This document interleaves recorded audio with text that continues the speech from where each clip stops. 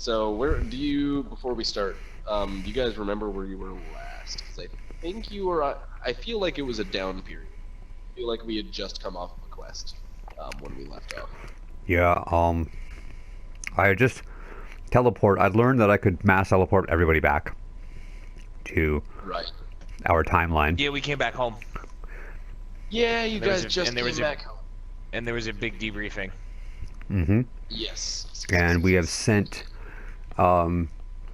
we've turned the bridge into a temple in its own way, so it's protected, and we've sent chaplains out all around the section of land that we control, as far as the coast, in as many different directions as we can, to plant holy symbols of the Frost Eaters. Yes, I remember this. So that is very good, because that means it'll tie in incredibly well with what's gonna happen. Yeah. So, like, a few days have passed, right? Your chaplains have gone out and planted your holy symbols, and your temple has, well, your bridge has become a temple, rather. And you can feel the well of power now from your faith that is kind of spread out across the land, literally and figuratively, because the people have way the fuck more faith in the Frost Eaters than they even did when they first began to have faith in you guys. That being said, John, Yeah. you have been incredibly uneasy on top of this feeling of strength. You felt like your ethereal stomach has just gone through a spin cycle that never ends. So not good. You assume it to be like normal. You just fucking had your soul ripped out and placed in a phylactery, right? Yeah, that's going to take some adjustment. Yeah, but something about the whole situation to you just seems. Hey John, how's off. your mic smell? I'm not breathing into it. I don't hear it. Oh, there you go. I can hear it. Oh, well, that must stop. which means everyone else in the world can hear it. This is true. No, it's okay. That was actually every so often there's an imp that floats around John's microphone. The necromancer, the necrodancer, Yeah. him. Yeah. Yes, that's right. Yeah. Oh no, it was just a former priest of the Doom. That's right. You guys- And I bound him to the temple with symbols of the Frost Eaters. He's now a Frost Eater priest. The Black Tier magic merchant. Mm-hmm. Yes. So he will sell you black tier magic. That is the truth. Yeah. Yes. So, like I said, it's been a few days now. Your chaplains have spread the word. You guys went and did that. But John, over the last few days specifically, and this is why, John, you suspect maybe it doesn't have to do with your death, because you did feel uneasy, and you felt uneasy ever since being Okay. placed in your phylactery.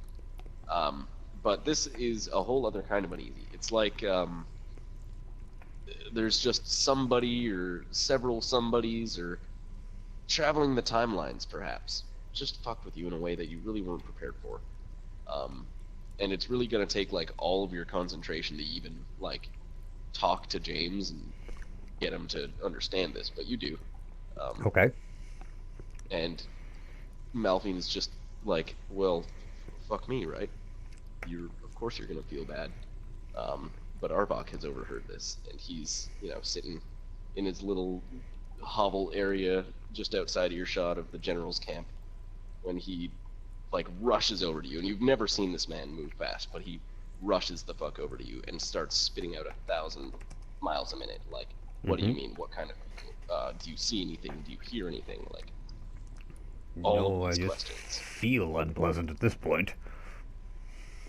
So, And it's very difficult to concentrate on the non-ethereal world, which I wasn't having trouble doing right after I died, which is strange, because that's usually the most difficult part of dying, and the reason why the dead don't come back. this is strange indeed, Omalach. Tell me, has anything attempted to reach out to you? Or perhaps, in your ethereal state, did you see or interact with anything strange? You're going to have to be a little more specific about the strange part. There's a lot of strangeness in the ethereal world, but I don't think Arvik so. chuckle. But I don't think so. I think I understand what you mean, and I don't know. I do have the feeling that something in the timelines because we have been unfortunately traveling them and doing our best not to mess with them. But maybe something messed with the timelines, and that might be causing me issues. So Arvek kind of like nods grimly and takes Malphine aside. Malphine, have you Yeah. any ordeals scheduled for the next few days? Other than celebration tour, not really. Right. We can't be moving Omalach around. We have to study him. Scarce leeches from the void have latched onto his soul. His very energy, in fact. You've put out Then let's quite a get fair them to deal fuck of off. power. Yes. It's easier said than done, Malphine. I'm afraid what that means is one of several things, but none of them are in my power. The leeches would have to be removed, but as I exist here and not in the void, I cannot do anything about it. Though, I'm not even sure Leech humming and hawing and stroking his weird, like, pale beard when it stops completely, Malphine. And you notice that he's just like it's like something terrifying. He's frozen. He doesn't say anything more. It looks like there's just an expression of shock laid out across his face. He kind of, Malphine kind of takes her hand and waves it in front of his face like, hey, is anyone home in there? You get no response, and John Yep. and James roll me perception, because John, you see James moving, Mm-hmm. and James, you can clearly see John because you guys are in your general's area. Yep. Um, That's a 17. but you notice 15. Okay, nice. So John, you're kind of getting the idea. You don't so much see it, but you feel that time around you has come to a standstill. Rather, it's ceased to be, and this is the last moment that exists currently, and you're in it. It feels very void-like, this total lack of time. Excuse me? Or Malphine Oblivion-like. does not know what's going on. Malphine's hello? Do Your you troops, get, no you get one's the, really awake at this point. Do you get the impression, boss, that we've stopped in time? Or that, more importantly, there is no time stretching out past us? And it's at this point that Malphine just kind of like looks around and sees that probably everyone else is frozen too, am I right? I mean, you can't really roll me one more perception check because everything Okay. is asleep. But there might be a few dudes straggling. 20! You roll a 20. Okay. The only thing you do see, and they are moving, is what's his nut? Skaz? fucking- No. Beep bap, beep beep bap, beep. Beep beep beep. Your new tree man. Orkir. Orkir, yeah. You see Orkir off in the distance. Looks like he's talking to trees. That's honestly what it looks like. Like, you see his mouth moving, and his whole center of mass turned toward the forest. Hey, Orkir. Okay. He's actually a fair deal even down the mountainside. You can see him, but he's left camp. He probably left camp a while ago. And you just managed to see his weird big swampy body down there. Omalach, I want you to stick really close to me. It's kind of what I have to do anyway, but that's fine. Let's go. You Alrighty. have to kill your Omalach. Well, he can move a certain distance if there's a lot of chaplains nearby. Can he? Apparently, But We're floating around. well, we're in our camp, so there are a lot of our people around, even if they are they frozen? Are they locked? Are they non-existent? I don't know, man. They're just doing their thing. Can I You feel? still Can I across feel the our terrain, people? so Yeah, I can feel our people here, can't I? You can That- feel that the would faith, be but pretty it's obvious.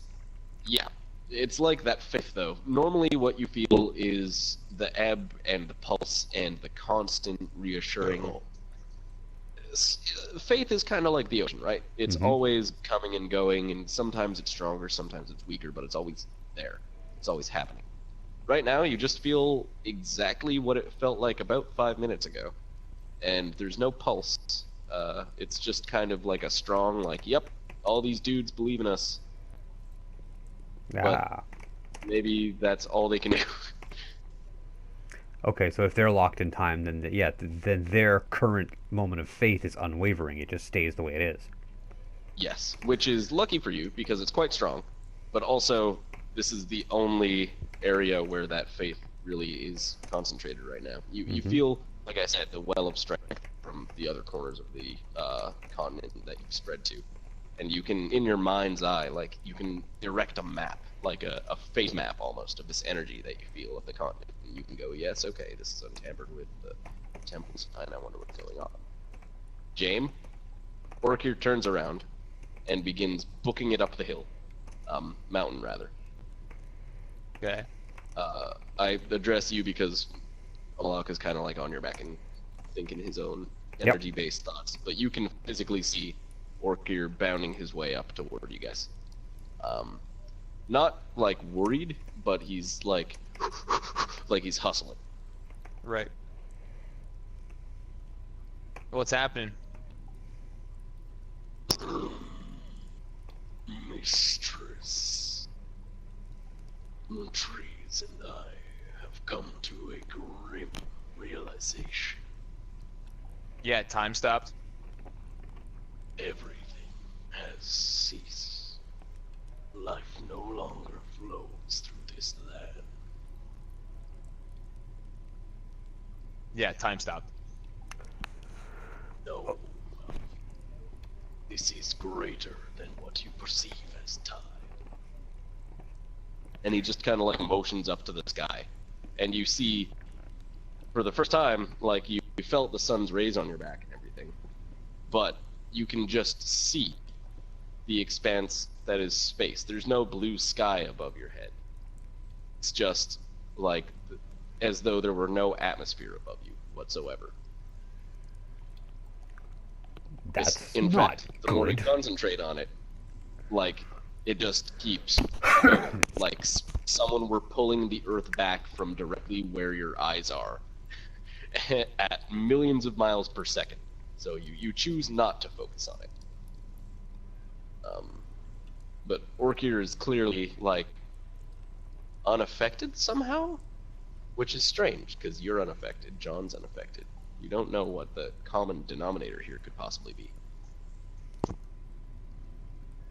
The world is affected by the three of us, and the three of us are not, but Arvok is.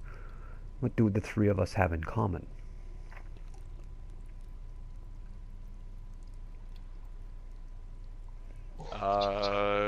We That all the use black tier magic.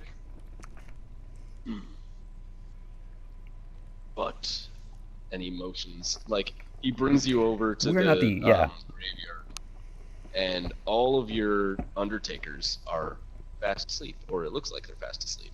Okay, so it's not the black tier that's keeping us going. It's not the fact that we all came from the black tier originally. So we are thinking that it's something to do with the void, but that would allow Arvok to still be going. So it's nothing. And I'm not touched by the void. No, and more then. It's nothing to do with being ethereal because I am and the two of you are not. Plant, Something to do natural. with being a demon, because me and you would be fine, but then Orkir wouldn't be able to move. Mm-hmm. Orakir, are you demon? As perplexed as you, Hmm. Malphine. Okay, well, as doctors say, if you can't treat the disease, treat the symptoms. What do we do? So, Malphine, command has fallen to you. Only two of your dudes are mobile. You have no idea what the fuck is going on. You can see space, and it won't stop if you look at it, which is freaky. In my head, a possible course of action: reach out to the townships that you guys know of.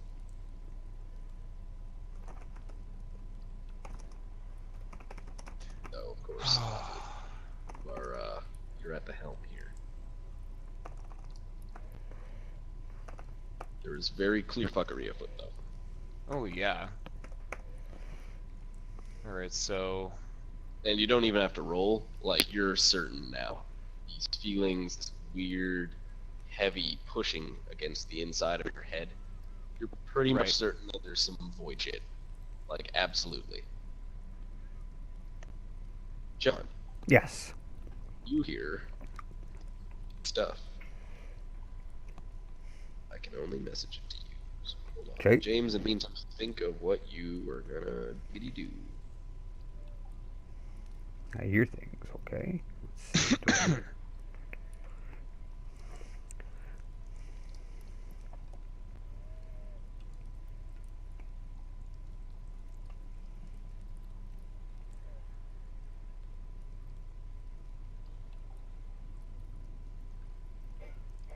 Let's see here. Well, I think of this as well. Ah.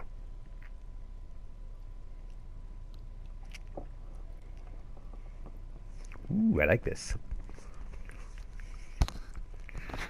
Let's see what's going on. So something actually says this to me?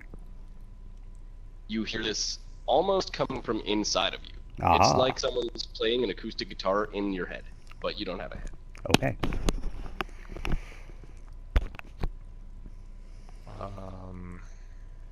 Be right with you. Well, the first thing that I could think of is to check on the town surrounding the Fading Expanse. Okay. Well, our people are okay. Don't ask me how, boss, but I've been given reassurance that our people are okay. And something, the gods, something has noticed our deeds and the power that we have taken, or that we have garnered for ourselves. You and I. I was going to say achieved is a more... Achieved. That was the word I was looking for, thank you. They see you as well, and we are being tested, I suppose, to see if our cause, our path, our faith in ourselves is worth or worthy of the faith our people put in us. Okay. Is there anything that I should be looking for specifically? I think that's up to us. This is the test. We have been taken out of our time, and we will be tested on our own. Malphine, Okay. the pressure in your head becomes crippling, and you drop to your knees, and this is all you hear. And just as soon as that pressure came on and dropped you, fall back, or it's completely gone, and you stand back. I'm going to take a copy of what Caboose messaged me, and I will post it, the chant, in the comments section or in the description section of the video when I post it. Yes. Okay. It's important that none of this is in English, or in fact any tongue that either of you can understand. John, what you hear sounds very much... It's almost like someone hitting drums and turning cranks, and you can hear a whispering, jabbering sound in the background, and that's all. James, you get tinnitus times 1,000, basically, as well as a very angrily, almost the closest dialect would be Arabic. Shouted words in a percussive, strange but familiar tempo. Okay. The words come out like this.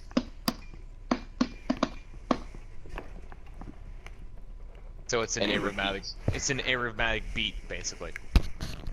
Sort of, yeah. Ooby KB. Will you relay this to Omalach?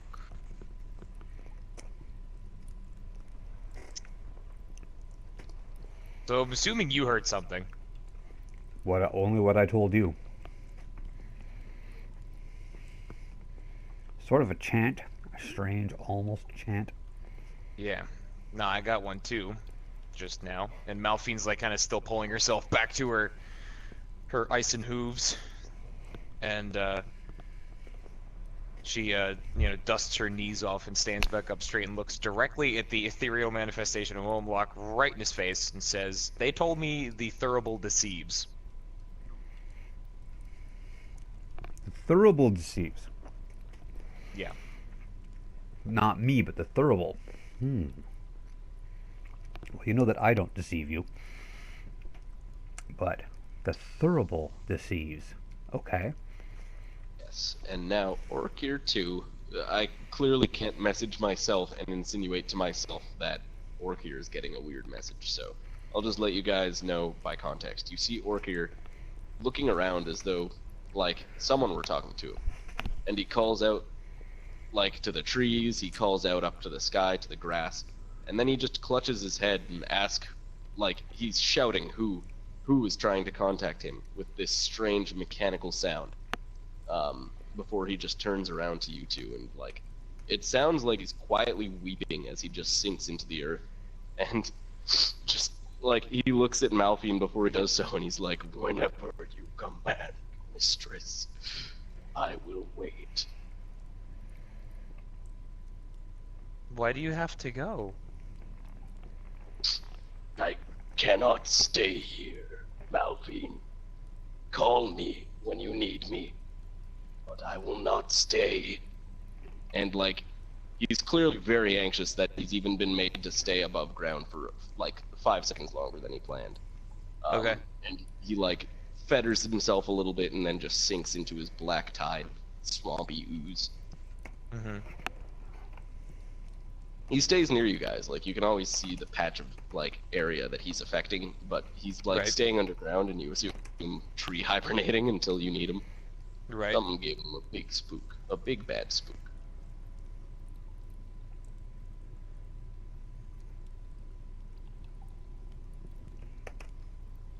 There. Pardon me. Well, if the Thurible deceives, I have an then odd you're idea. tied to the Thurible. I have an odd idea about that. Okay. When he said it, the Thurible it's possible, and because this is a test, it is possible that the Thurible is deceiving me into thinking that I'm stuck in it. Maybe I need to learn to break free of it. Okay. Because John, right now, as you say those words to Malphine, you get that chanting feeling again. Like, it always starts off with that, like, almost like a drum beat pitter-patter, and the sound of that weird cranking music, like a hurdy-gurdy, but not, you know? And it Malphine, says... Malphine, do you hear the opening to Hot for Teacher? What? No. I sorry, it just floated across my mind.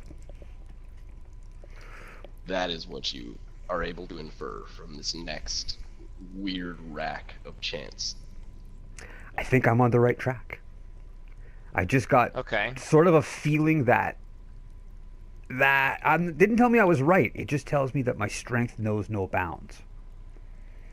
So let's try this then. Malphine walks out of, the small room that she's in, the little encampment, and walks to the mega stage on top of the mountain, and she very begrudgingly removes the Thurible. She's sitting there, tosses the Thurible from over her back between her wings and puts it on the ground, and kind of spins around and dances and removes the chains as best she can, before she just kind of coils up all of the chains around the Thurible in this nice little spiral pattern. It actually looks pretty nice. And Malphine just kind of sits on the ground and crosses her legs behind it and says, "Let's see what you could do, pal." Okay, I have an idea. This might really suck, but nothing ventured, nothing gained. And so I travel to the farthest extent that I feel I can from the Thurible. And I will myself to, or I will the ability for Malphine to see me tethered to the thurible. At that distance, and I cut the tether right at the thurible. I don't care how much it hurts or what it does, or if it snaps me back or if it knocks me out. I'm still within the range that I feel attached, but I can't pull any farther away than this. So cut the tether. All right. So the tether, James, you can physically feel, you almost see in the air as a manifestation of just black frost fall out of nowhere, this ethereal tether being cut. And now, to both of you, quite audibly, you hear, "Yes. How excellent. Continue, Black One."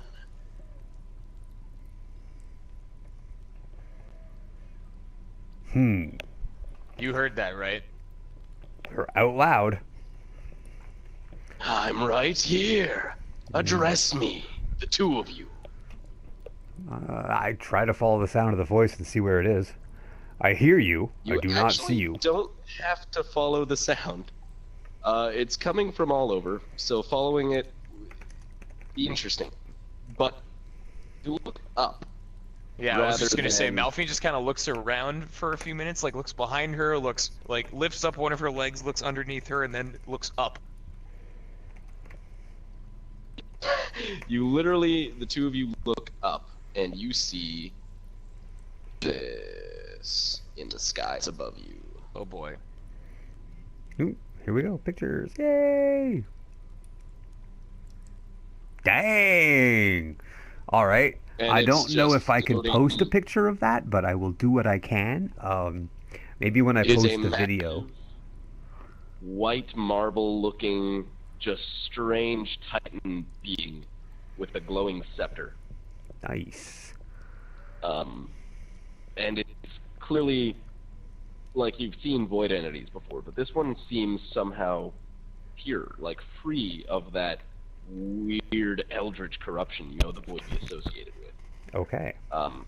However, at the same time, this is more jarring to you guys to see than anything before. You stare up into the sky and you just see that, like, resounding space zoom back and forth between, like, if you focus on one spot too long, it'll zoom out again, and you're like, it's just constantly shifting. And behind that, or rather in front of that, is this massive thing that's somehow, like, your size, right in front of you and hanging out with you guys, but also titanic in the sky. Light years of space is being taken up by this thing. You have no idea. It's like boggling your brains, but the thing is just sitting up there with its scepter crossed over its chest, and its other hand is folded behind its back. Well, I don't like tests generally, but I do thank you for showing me that I am not bound to that phylactery. Phylactery, Black One, is mortal in its essence. You must have faith that you do not need it. I agree. I was bound by what I thought were the rules, let's say, of the game, without realizing that I had the power to transcend those rules, or at least what I thought were rules. Yes. Yeah, Omalach, you're kind of dead. The Well- Rules don't nature- really apply to you a whole hell of a lot anymore. I guess not. No. And Malphine, I would say the same goes for you. Excuse no me? rule seems to have held you down. Nothing. You're quite interesting. Though I must say, I have not watched you as long as some of my kin. I am excited to be the first to make contact with you in this way. Now, I must say that, while this has been an interesting test indeed, and I am pleased with its results, it is not the test I mentioned to you, Black One. Really quick. Who is you? It just chuckles, that weird chuckle that just sounds like instruments and the beating of drums and the cranking of gears. And it looks down at you and it goes, "What aren't I, Malphine?" What aren't I? And what aren't you? And he points with his big scepter, and suddenly he's like the size of a man in front of you, touching your chest with his scepter. And what aren't you? And he's away from you and pointing at John. Oh shit. Things that Like really telepathically, I'm sure he could hear it, right? But telepathically, because the two of them now share a link, and they can transmit thoughts instantaneously. It's like, this guy's really freaking me out. You don't need to be scared, Malphine. I wish to run a simple set of experiments that may help unlock your true potentials. And in doing so, you will aid me greatly. Think of it I was like gonna a say, I'm guessing I'm the guinea pig. guinea pig, no. But tell me, Malphine, there are dark experimental magics of your order that even you are not allowed to know about. High priests, perhaps, as well. Consider this the... Of my order? You mean like the Drowning Doom? Yes. Yeah, no, there was some stuff that was way above my pay grade when I was there. So consider this above the pay grade of every other mortal. Ooh, you have my So- attention. You have encountered some with a similar bankroll, and he just materializes literally thousands of void singers around the base of your mountain who seem to be deep in thought, and then suddenly they're all standing up like, what the fuck? And then they're looking at you guys like, what the fuck? And they're filtering up the mountain, and he just snaps his fingers and they disappear. Yeah, as soon as It's he quite does that, upset. Malphine immediately stood up. Right, she's still sitting Oh, yeah. cross-legged on the ground. Stood up and just like immediate battle stance and is growling. And then as soon as they vanish, she's like, "Oh, okay." We get quite a reaction, I can see. I wonder Yeah, why. I kind of hate them. Yes. They took I can Valdor tell. from me. Valdor. They took Valdor from you.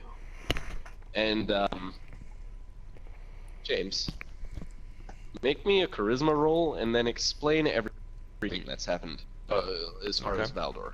Because this thing, it looks intrigued. At the very moment you mention the first slime, it crosses its leg and floats up in the sky, and floats up in the sky between you, like its scepter is floating beside it, and it's just got its fist right underneath its neck, and it's looking at you like, oh, please tell me more. James, gotta- is it just me or is Caboose's sound really chopping? Caboose is breaking up a little bit. Yeah. Okay. Am I I breaking managed up? to get most of it, but just Yeah. unplug and plug it back in really quick. Okay, one sec. Oh, and if any of Caboose's friends who he asked to listen to the podcast are listening to this one, thank you so much. I really appreciate you guys taking some notice of all of this and my channel. And if there's anything else that you would love to see or like to see or whatever, feel free to comment. I love getting comments on these videos. Yeah, Oh, yes, for real. Please, by all means. If there's We other always kinds, want feedback. watch And you don't have watch to the be a other friend of games. ours to No, give us absolutely input. not. Absolutely not. And if you've watched any of the other RPG videos that James or I have DM'd and you have advice, please go ahead. I'm kind of new to DMing. I used to do it a long time ago, so I know that I'm really fucking rusty when it comes to DMing, and I'm usually very unsure of myself when it comes to DMing. But you know, if ever you guys have any feedback, especially for me, even if it's like, can I be constructive here? Yeah, sure. It fucking sucks. Please, God, let me know. And I can tell you now, it does not suck. I have been playing role-playing games of one kind or another for 40 years. I'm having a lot of fun doing this. And again, I prefer playing to DMing most of the time too. It's so nerve-wracking to try and be a good DM. Yeah. Oh my Being a God. good Yeah. DM is like, oh, being a good president, you know? It's Mhm. like, oh, shit. These guys depend on me to deliver. All right, but to continue, you sound But, much better. You sound much better now, Caboose. Yes. Let's go. So now Wonderful. it's like kind of sitting there floating in a paint me like one of your French girls, like kind of relaxing in the sky pose. This type of deal. Is that mainly what I got? In the air between you. Okay. It looks Cool, the size of a man, if not maybe a head taller than the most average of men. I got and the a scepter's just kind of 19. floating. Oh, For wow. my charisma. Yeah. So Yeah. It's just like, oh, please, tell me more. I was unaware they took Valdor from you. Though, So- I admit I'm bereft of his presence even now. So after we made the boneyard, which is producing my frost revenants now. I found a guy named Arvok, and he's apparently very old. He comes from a land far, far away. And I talked with him, and he helped me break my bind of the tainted pick of Ormagoden. And Tainted a lot of pick my- as well. Oh, Yeah. I understand why my kin watch you so fervently. And tell me, and you're acquainted with Arvok. yeah, How has he been? The conjurer of simple tricks and illusions. Now a grand and wise, respectable wizard, isn't he? good question mark. He's just chuckling, clapping its hands, and it looks at you and it's like pointing around the camp, and then it goes, oh, there he is. Ah, he hasn't changed a bit. He hasn't even shaved, has he?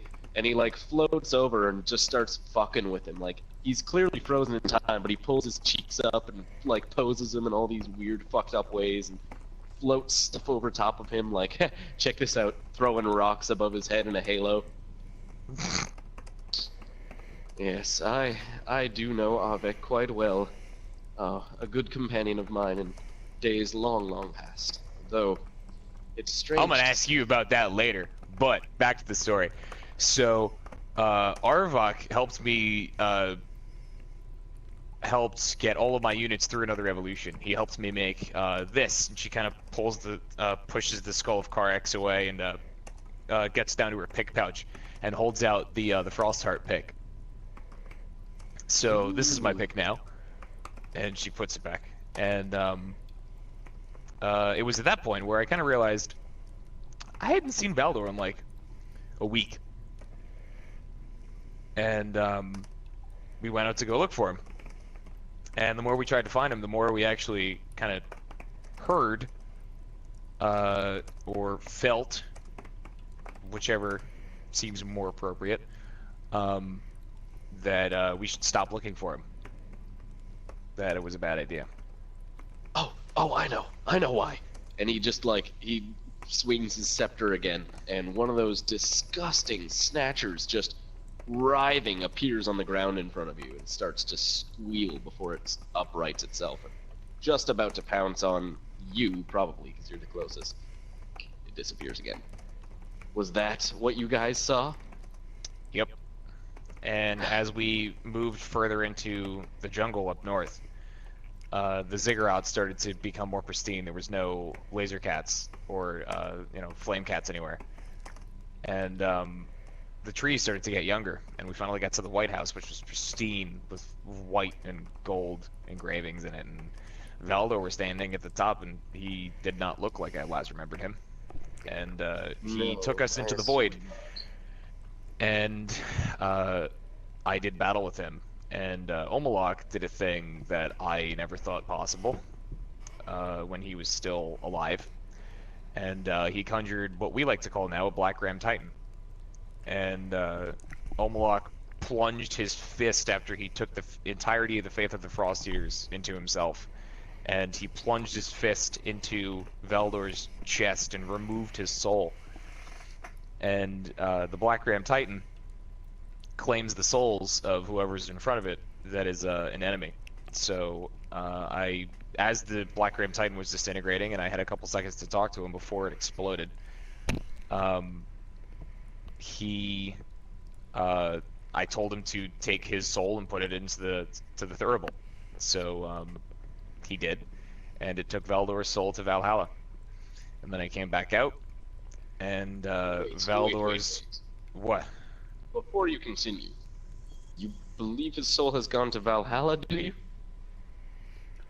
Well, that Yeah, seems that's to be where- what the Black Rain Titan seems to do. It seems to claim one soul to take with it to Valhalla, as it is composed of the souls of our fallen. Yes, and you wouldn't necessarily be wrong in most cases, but Malphine, you're of the Yeah. Doom. You're aware of what a Reaper is, aren't you? Malphine, his She soul kind cannot of looks down at the ground and kind of kicks her hoof. Surprise! God damn it, we're recording, Zach.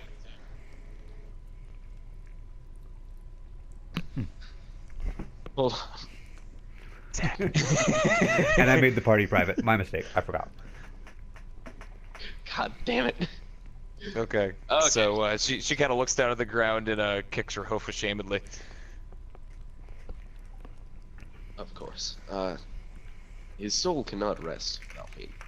No Reaper's soul can ever go to rest. He is, for lack of a better word, maybe like... he's looking around. He's like the Black One, and Arvok, but he signed a different contract than they did. That contract states that his soul, in exchange for the powers that he has, will never rest. I mean, theoretically, he's spinning his scepter around on the tip of his finger. He yawns and stretches his big weird arms, though you assume he doesn't need to be yawning. I could bring Valdor back quite easily. You know, it might even be considered, what's the idiom, a walk in the park for someone like me? What's the catch? Yeah. No effort at all. In fact, it would even be maybe mindless for me to do it. He starts chuckling. But a catch, oh, a catch, Malphine. The catch has always been here. I simply didn't know that I could bring him back. But this does set the stakes somewhat higher, doesn't it? He's wringing his hands and looking around, and you see him turn around and just start, like, not talking, but that weird, almost Tibetan mumble chanting into the skies. And he turns back down and looks at you guys and goes, yes. Yes, okay, this is the perfect time indeed. You want Valdor back, Malphine? I believe that you will go to any length to get him back. Is this true? Just about. Just about? He is one of Malphine. us. Come on, let me have faith in you, Malphine. Is that what you're all about? Tell me. You would do anything. Anything, Malphine. Can you come down here for a sec? He floats down and, like, touches your little lips with his weird finger and just... Just... This is starting to sound a little bit like a genie in a bottle. Malphine takes his wrist and forcefully removes it from her mouth, grabs him by the collars of whatever the fuck, whatever he could grab on. Just kind of like, okay, then she goes to, like, go grab him and she wisps through him, so she just points a finger right in his nose and says, alright, listen here, fucko, he's one of mine and I want him back now. So, I'll take that as a anything. And he snaps his fingers and the scepter whirls, and he just starts laughing. And all you hear is that weird, whirring, hurdy-gurdy like laughter coming out of his weird, probably completely archaic vocal cords. And the two of you only seem able to focus on this spinning scepter, which is spinning, I should say, not around its width, but on an axis, as though it were a pinwheel. Okay. And literally, all you guys can see, all you can focus on at all, is this thing spinning in the air. And as it spins, it creates this distortion of the space that you see around you. And that area of distortion grows bigger and bigger as it spins. And the guy is just not even there. The thing, rather, because it's not a guy, but it's not even there anymore. Just its scepter. Spinning. And eventually, when it stops spinning, it isn't a scepter at all. It's, well, it's what you're standing in, which I will describe to you guys. You are with Orkir, and Orkir alone. Well, you, Omalach, and Orkir. You are all standing in what appears to be a marble white fortress floating in the sky. And any point that you try to focus on immediately begins to change. Architecturally, space-wise, where you are in location to it, everything changes. You cannot focus on a single portion of this. Anyway, so this guy disappears after explaining what he explains to Malphine. And you guys are just left in this floating goddamn fortress, miles above the marble ground. You have no idea how you're supposed to fucking get down there, but it wouldn't surprise you if you could walk out and a fucking hot air balloon would spawn or something. Anything we Um, think? Anything we can think of? Well, it's a test. So Malphine holds up her hand and kind of clenches it into a fist, and kind of opens up her hand and tries to conjure some black tear magic. You do not feel any connection to the tears. So then she does so. She just kind of lets her hand fall down to her leg with a bit of a slap, and brings up her other hand and tries to do so with her druidry, and will some blackroot to come up and meet her foot. You feel the natural ebb of like growth and how you would normally pull growth up out the ground, and it works, but physically growing something, you actually are able to just like manipulate the strange marble substance that surrounds you. Okay, so this stuff is the raw material of existence. It's just matter. Cool. It's now a motorcycle and I'm riding on it. Omalach, yeah. Well, The you can Omalach fucking literally, fly. like throws his leg over an invisible motorcycle where it would be, puts his hand on what should be the throttle, and just revs it and sits down, very confident that there's going to be a motorcycle under his fat ass. So you sit down, and like you've whipped your 2 legs out of 4 over this invisible motorcycle, and you are indeed sitting on the silhouette made of frostfire of a chopper. So this is how it works, boss. Just gotta believe it's going to be there. Oh, do I? Malphine, you have essentially created a crude staircase downward with the marble. Come on, boys, let's play. Works for me. Orkir doesn't say anything, but he just kind of nods and slowly follows after you. So once she gets down to the bottom of the staircase and she's kind of staring out at this infinite plane,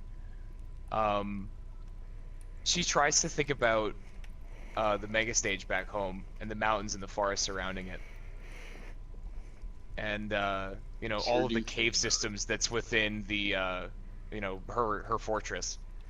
And she's literally almost exactly the same fluid motions of a waterbender or an airbender. Starts just kind of manipulating shit and throwing her hands around and dancing and having fun and starting to try and replicate things like from back home. Well, you're dancing around and you see like blocks occasionally rise and fall, and almost you create trees out of this stuff, but it's not really trees as much as sticks on sticks made of marble. But you are yielding some effect, and in fact, where the fuck, oh, here it is. I was like, did my d20 just leave? Okay. Your power alone is enough to make something happen, but none of it stays. It all just kind of collapses back in on itself like a fold-up lightsaber afterward. Orkir, however, sees what you're doing, and he just kind of like taps his staff on the ground. He got even worse. He rolled a 2. He is perplexed by this, like, not druidry. There's no trees around him, and as such, he's just like...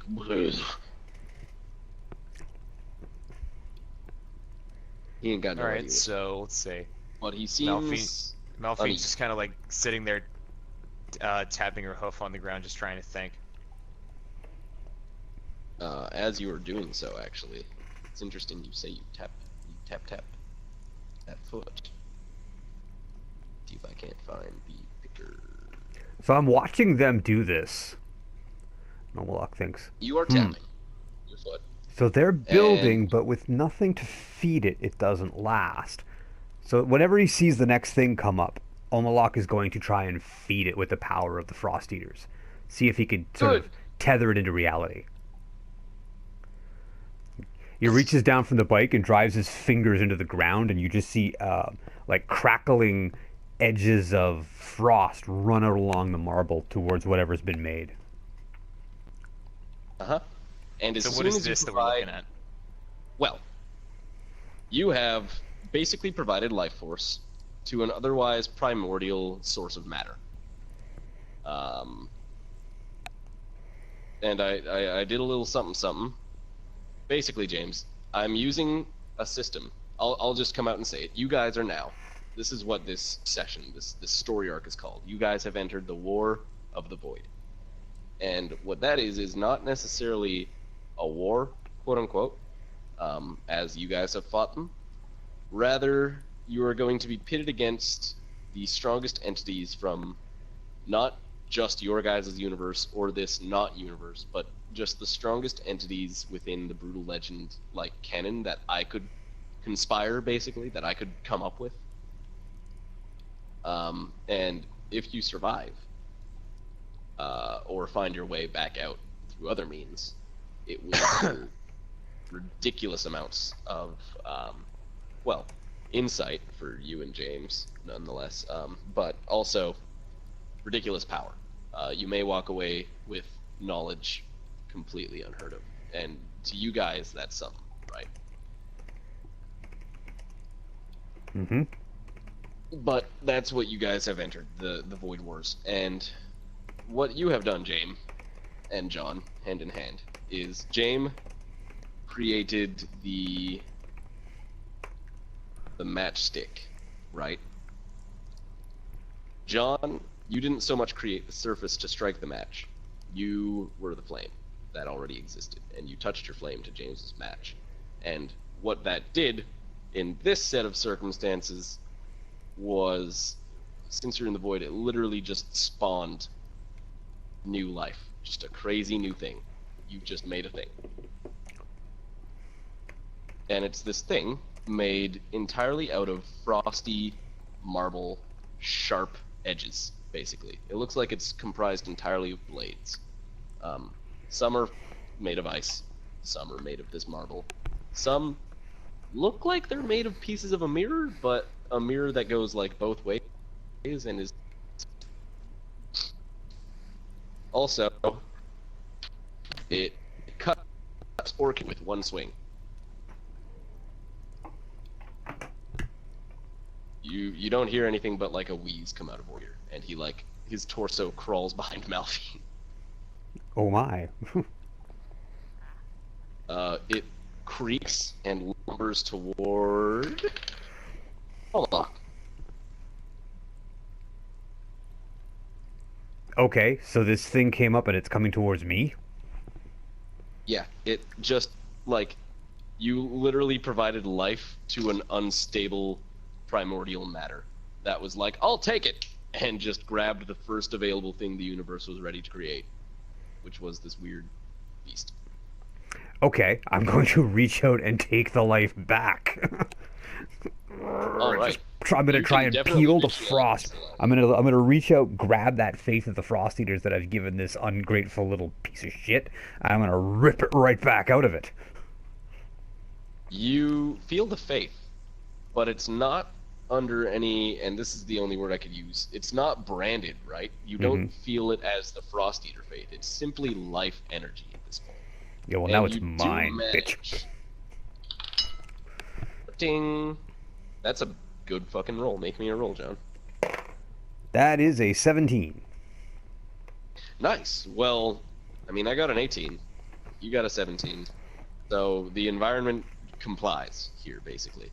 And you shred away a substantial amount of its life. And you see, like, fucking, like, its arm and half of its face and its, like, chest begin to cave in and turn to dust. Not so tough. And swings and misses at you, Omalach.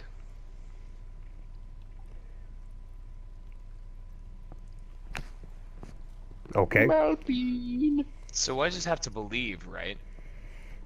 basically. She's saying this aloud. Yeah, basically. And she just kind of like looks down at her hand and smirks for a second because realization hits her, and she just wills and believes that a badass version of Gashadokuro is going to be in her hand. You don't need to will and believe that, silly. Just draw Gashadokuro. I didn't know if it came with me. Okay, so then yeah, she draws Gashadokuro and laces it with the sacrament. Yeah. So you this way it reach extends your her side, reach. where Gashadokuro wasn't, because you didn't bring Gashadokuro, and Gashadokuro is just there. And you draw it out of a sheath that doesn't even exist, and as you pull it out of nothingness, the handle blade materialize before you. And in your head, you were thinking, like, I'll use it and I'll use Sacrament. It comes out as long as it would be if you would use Sacrament, but it's not made of black tear. It's just one long, like, Daikatana blade. Okay. So then she sprints at this thing and aims to take the last of its being back into its blade. Or back into the blade. Roru Sliceu. I will Roru slice you. Oh shit, son. Roll that Sliceu. I got a 20. I also got a 20.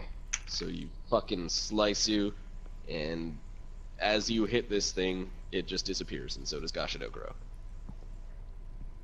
Just gone. Both of them are gone.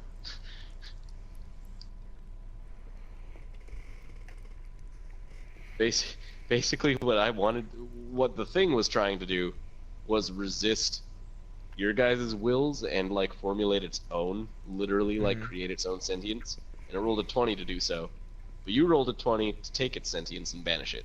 So, it was like, no! And you were like, no! And both of you collided, and it was like, okay, that's it. Okay, so Omalach learned a lesson. Don't give anything life. Yeah. Well, Let's you try say this. that.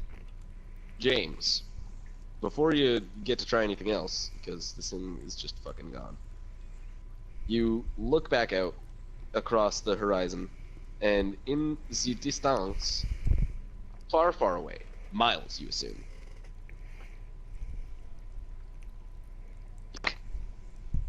a huge crack, in fact.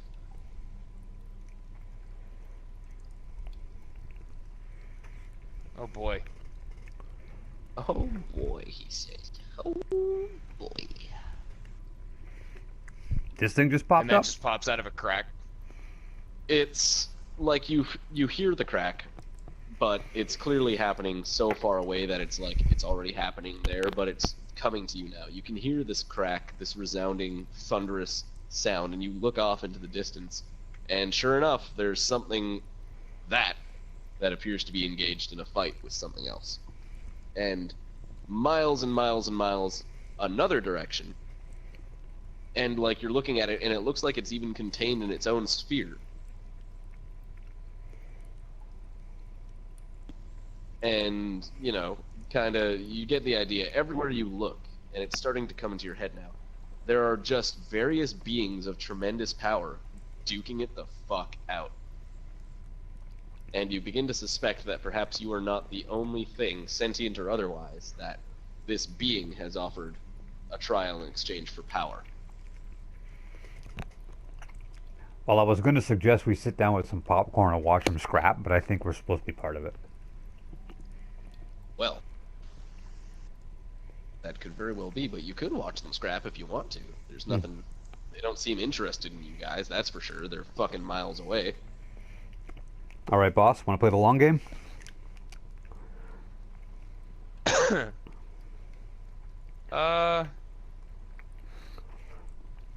For now, yeah. Because I want to go and see what's on that mountain. That's And true. she We points- have met the man. She points at the mountain that was way off in the distance when they first got here, and there didn't seem to be anything there. That's true. Way the fuck to the east. We have met the man. We is- should go check out the Silver Mountain, shouldn't we? Wow, wow, wow. Oh, fuck, John. So, you guys both look out to the mountain, and truly, this is the only thing on the horizon except for the occasional fight or giant beast lumbering or what have you. This is the only thing on the horizon that you could possibly make out. Of course, randomly in the surroundings, like the environment, there are just huge gaps that you can't fathom. of just non-existent anything. It's just void, but that's to expect. The plane seems to be chopped up between this expansive marble foreverness and the nothingness. Mhm. But this one mountain seems far too pristine, like it was handmade, in fact, because it is just one perfect triangle that extends as high as you can even fucking gaze, up into the cosmos. Hmm.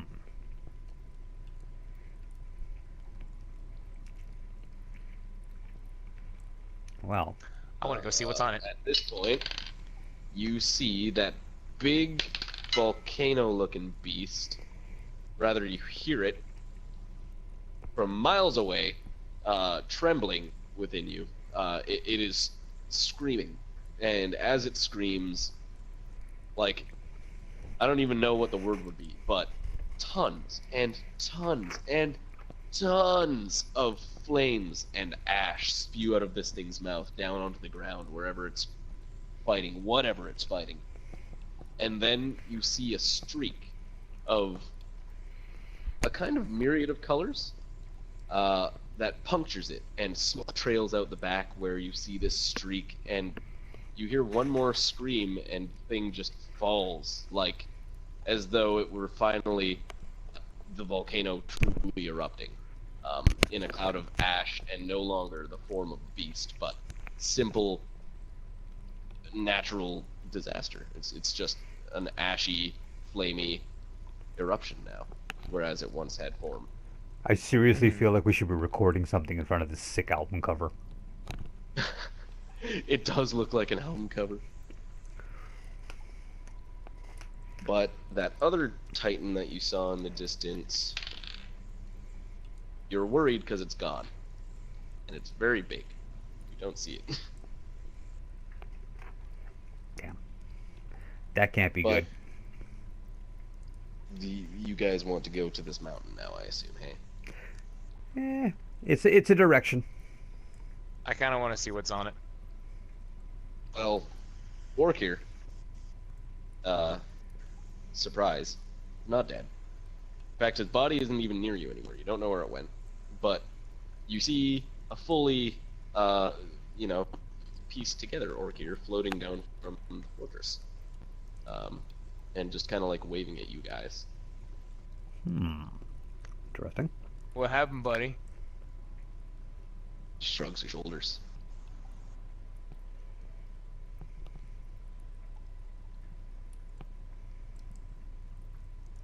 Wait, so you were there. She looks down at like where he was at her feet, and now you're there. And when you were down here, you were cut in half, but now you're up there in your hole. All of you hear this again, three of you, and it is the familiar voice of that strange white trickster being, as he goes, "Ah, yes, I suppose as the first of you has fallen, I should describe this sensation to you. It would not do for my test subjects to perish in this controlled environment of mine, and as such, you cannot. If you do not succeed in my trial, in fact, you can expect to live the rest of your life here. Aha. But anytime you should fall to any being, as long as it is not of ill intent," and he looks at Omalach, the life force stealer, "as long as it is not of ill intent, or rather,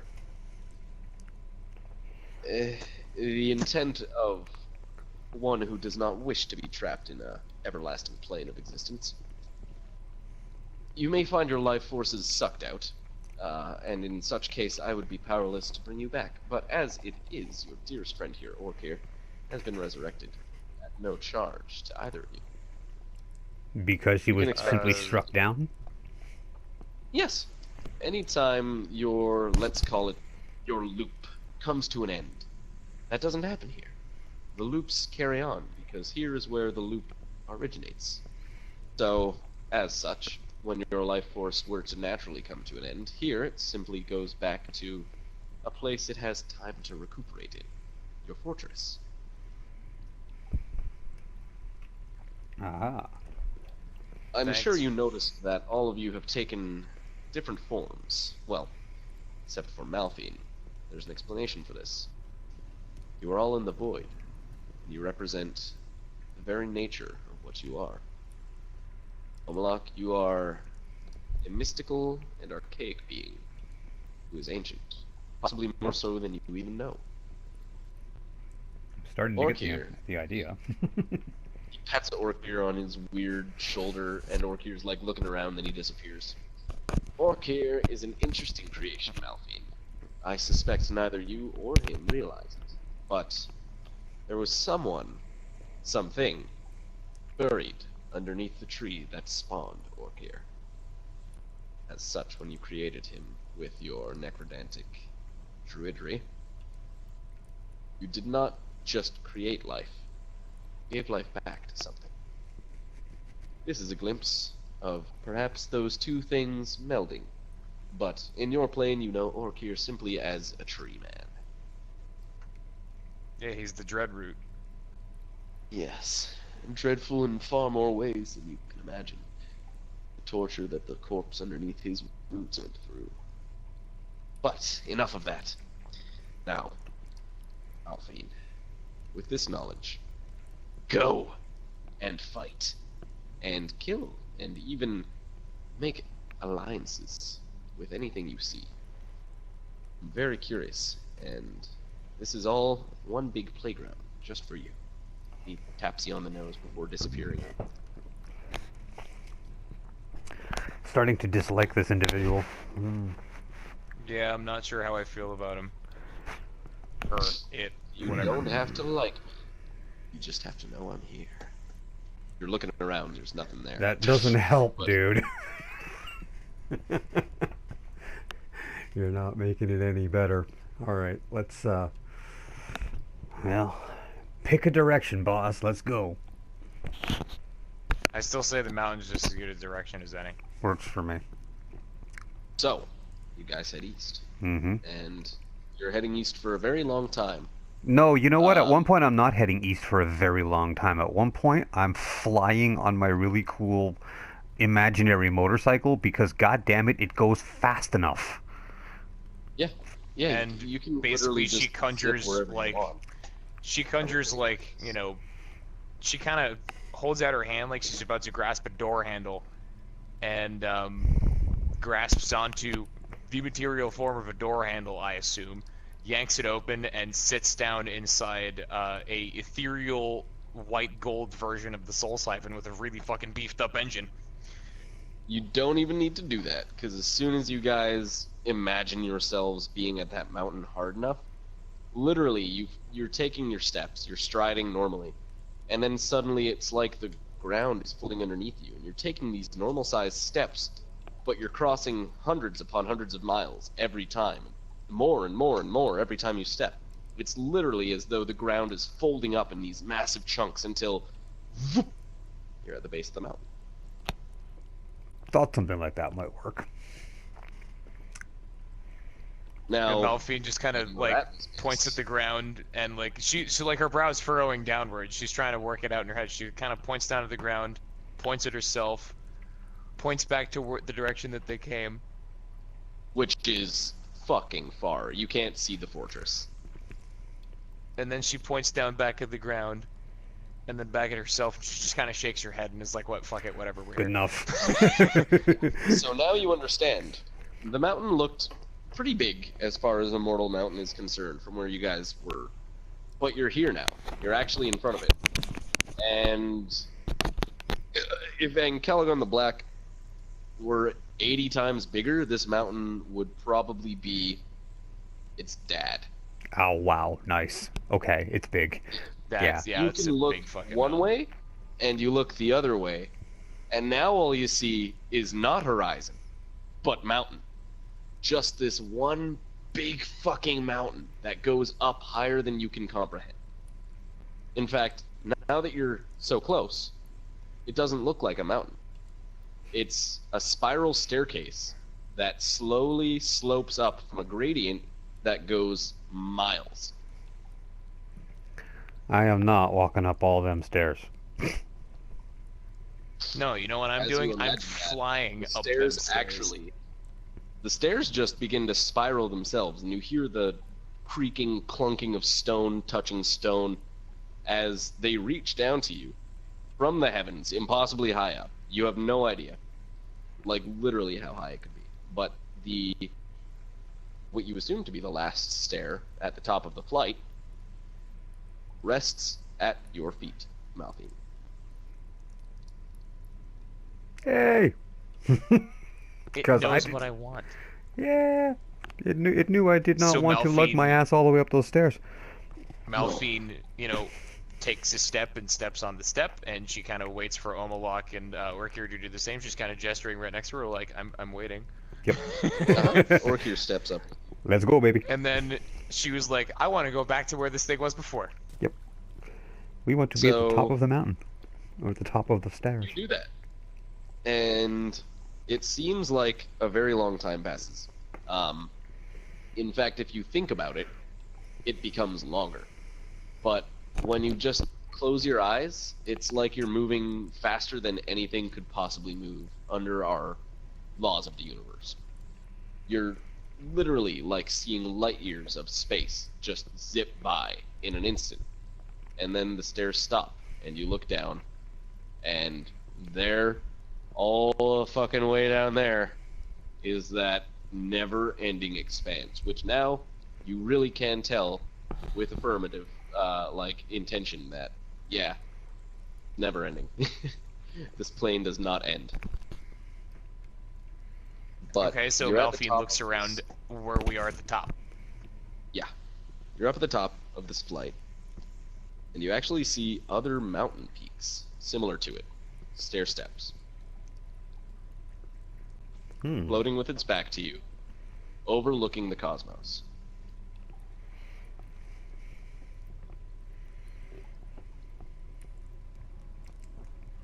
Wow. Quite the herald. Yes. In fact, it doesn't even turn around. It just knows you guys are here and introduces itself mentally as Gabriel. As what?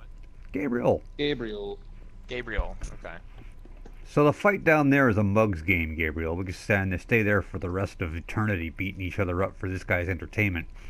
I'm not interested. Malphine here and I want to build an empire down there for the betterment of the people, not so we can be the biggest badasses kicking everyone's teeth in. If I wanted that, I would have stuck around being the Doomflayer. Interesting. Tell me. I want a place where literally my end game, and it has been from the beginning, is to kick the shit out of anyone who doesn't want peace, so that this way everyone who does want peace can have a chance at it, and to reap the benefits of that peace when I get there. Of course. And you seem to be working to quite a marvelous end, if that is your end. I ask you, Malphine, Omalach. You were brought here, it sounds like, under the guise of power? It's what we were offered. I never said I wanted it. Basically. They offered it. I never said I I wanted said that it. I wanted Balor back. That's what I said I wanted. Yes. I am aware of your grievance toward Baldor. But were you told that this would bring him back? And No. it motions out to the wide, endless expanse, and then back Actually, to you no, guys. that's not what he said. He never said it would bring him No. back. Good. The deal maker, as my kind call him, or at least have known to call him, is an interesting one. He's heavily debated to be, well, as conventional as the word is, the most powerful of my kind. Though his powers manifest themselves strangely.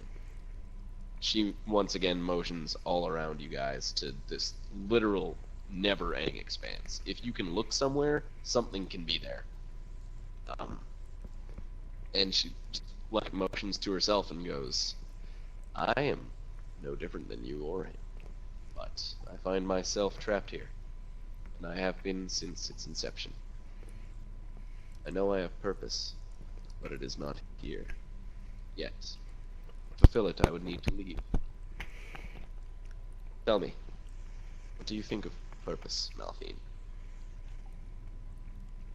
Purpose? Yes.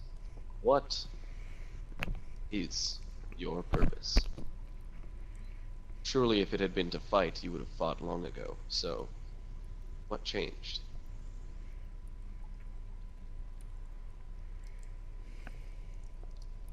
She just kind of like flops herself down cross-legged and just kind of is like sitting there thinking for a bit, and is like,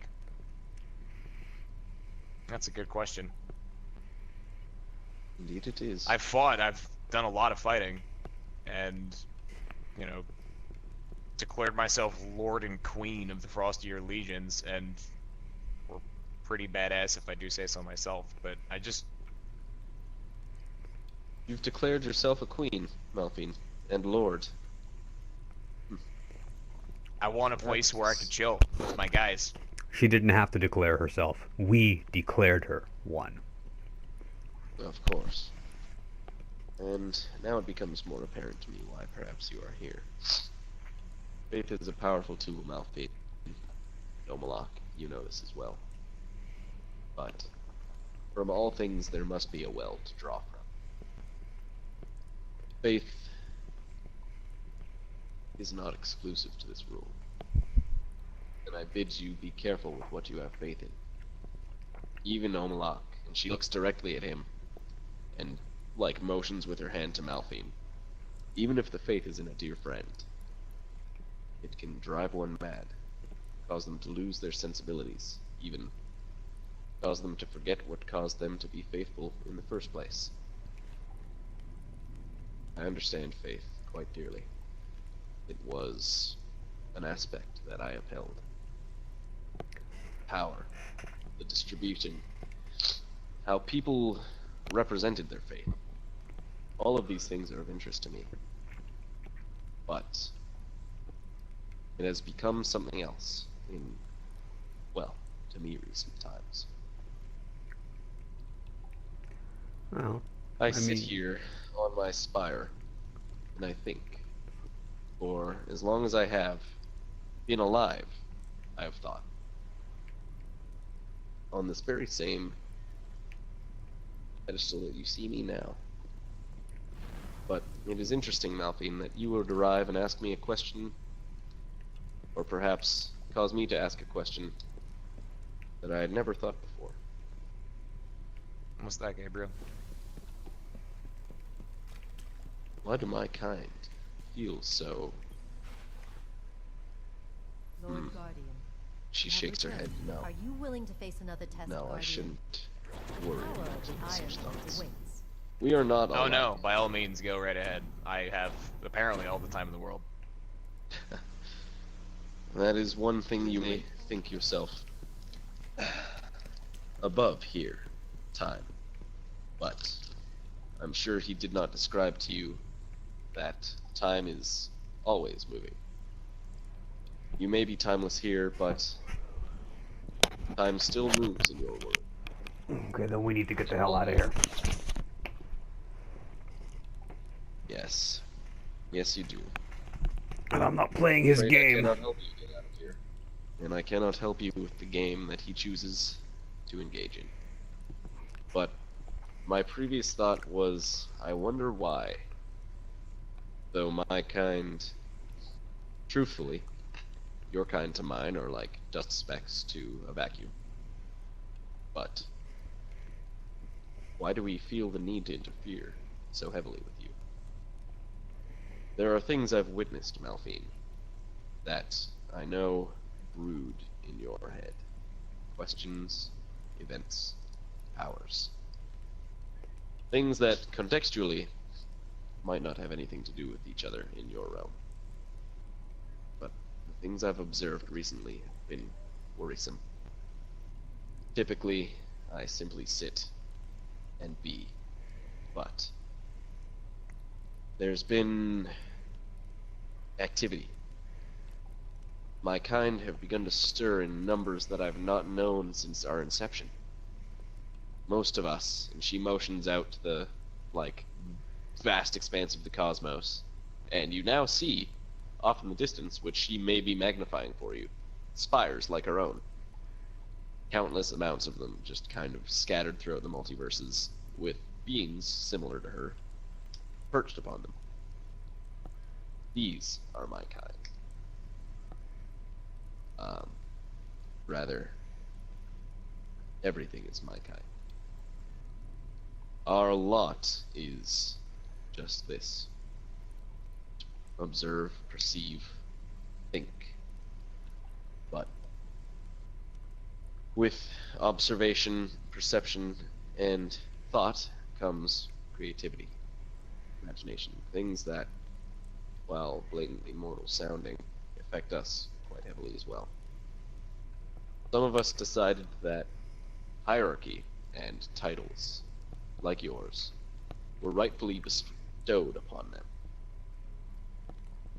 The trickster that you have fallen in with declares himself the lord of this plane, when this plane simply is this plane.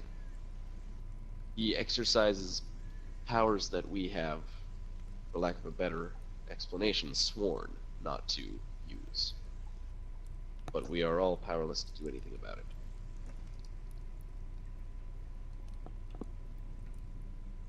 So All what's I can the say answer?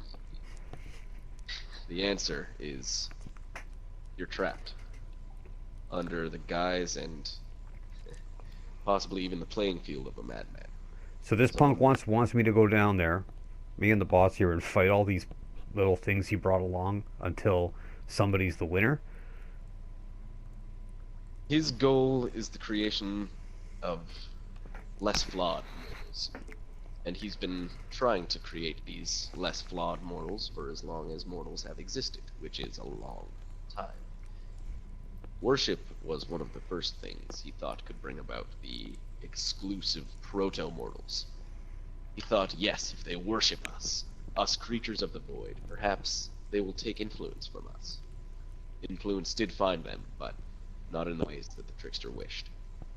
The trickster wished for a literal influence, for us to create more like us, in our image.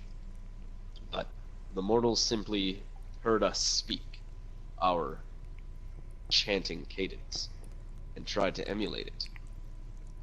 They saw that our words create power, and have the ability to affect matter itself, space-time.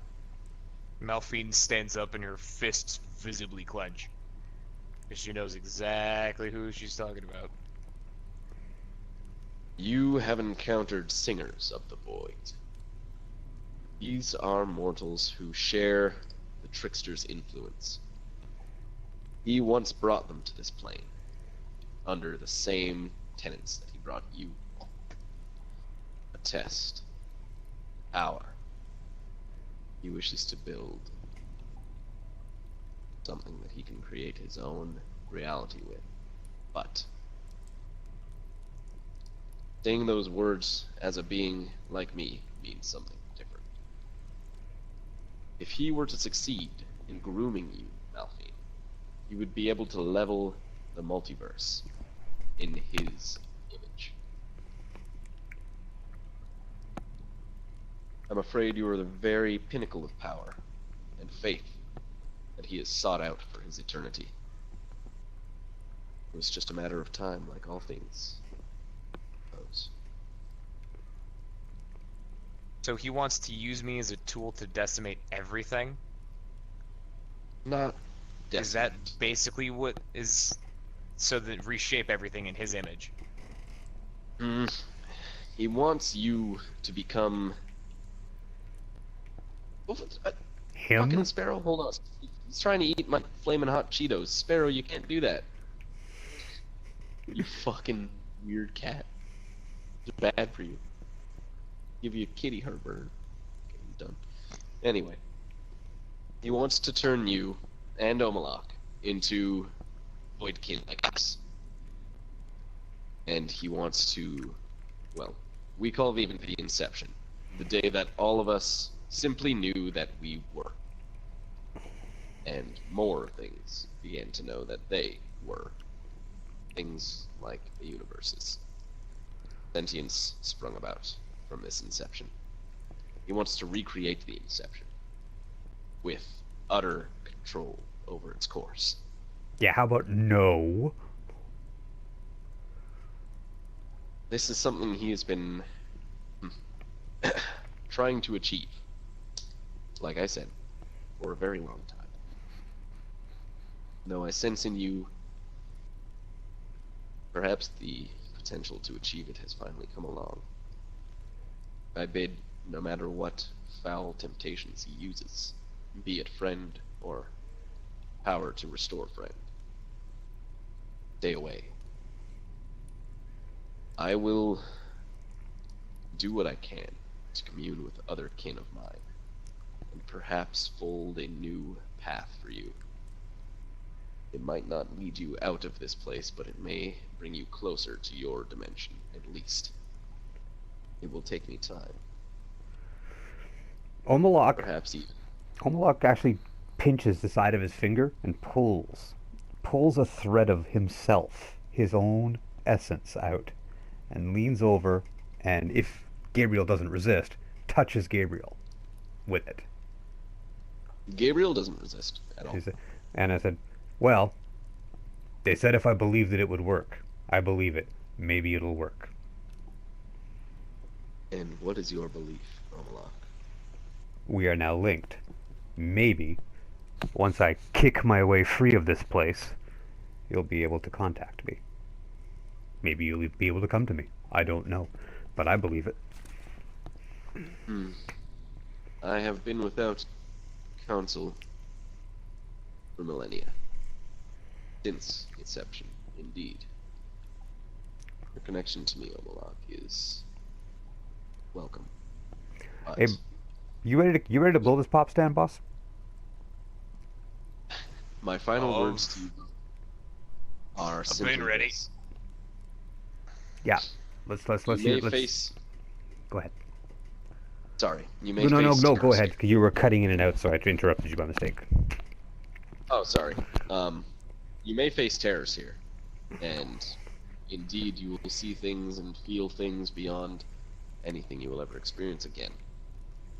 But do not let the void consume you, nor its dark temptations of power or anything of that sort.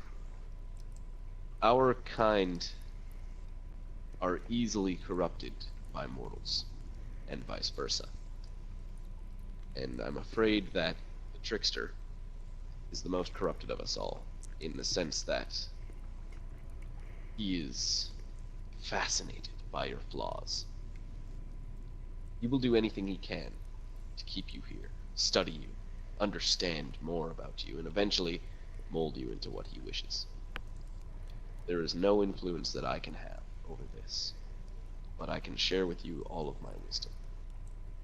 If ever you need counsel again, you may come to here, to my peak. And in the mortal world, I will show myself to you, if you survive this. Okay, Omalach is going. I'm stretching it here, but because something is rattling around in my brain here about this whole, control over reality thing. Mhm. So, you're ready to go, Malphine? Because I'm ready to go. I have a I've been feeling. ready. I have a feeling that he's going to bring us to some other level, and this first test, perfect example.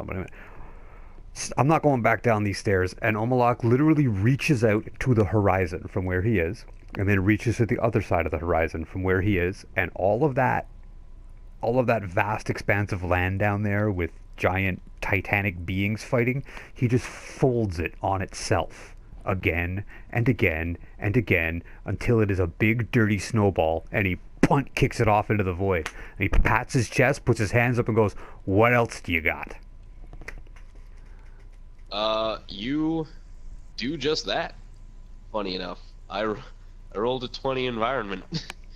Literally goes, "What else you You got?" literally understand. You just get it. You, in fact, Omalach, make me a roll really quick here, and take 3 away from it. So 16 minus 3 is 13.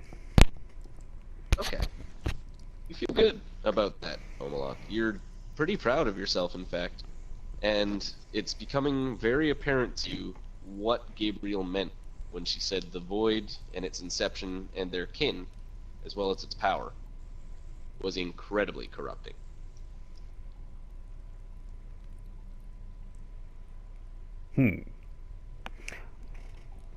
Performing a feat like that, just reaching across the skyline, knowing that, fuck it, I can do this, that felt fucking good to you. Might not have been the best idea I ever had there, boss. But it was a good demonstration of not to let ourselves become too drunk on the power that we seem to have here. Gabriel simply admires you. She's looking at you and just nods. But that whole going And down just there and says, fighting those big guys game, yeah, we weren't playing that game. I'm afraid it is all that the trickster had planned for you two. But fear not. There are more kin like me. She once again waves her hand across the myriad sky of fucking, like, from every which way, everywhere, light years away, close to you guys, doesn't matter. You can see these spires and these other beings that inhabit the spires. Okay. It's almost as though they're in their own little spheres of this exact instance. And in some places you can indeed see, if you put your hand up and you peer just hard enough, it looks like other Malphines and other fucking Omalachs out there in the void of the cosmos. Far, far away. Okay, give us 30 seconds. We're going to cut the video here so I don't... And in about 3, 2, 1... Okay, please continue. You should be okay. Beautiful. So, just spread out across this void, you see countless other spires, and indeed you can see other Malphines, other Omalachs somewhere in the distance there, but if you concentrate too hard, they disappear just like that. Malphine, what is your course of action? Malphine tries to skip to another spire. Yeah? Yeah. In fact, no sooner than you take your hoof off this spire and, like, wave by to Gabriel, you're at another one. And there is some other strange entity sitting cross-legged upon it. And you look down, and down below you is some other strange, constantly expanding, but never the same, landscape.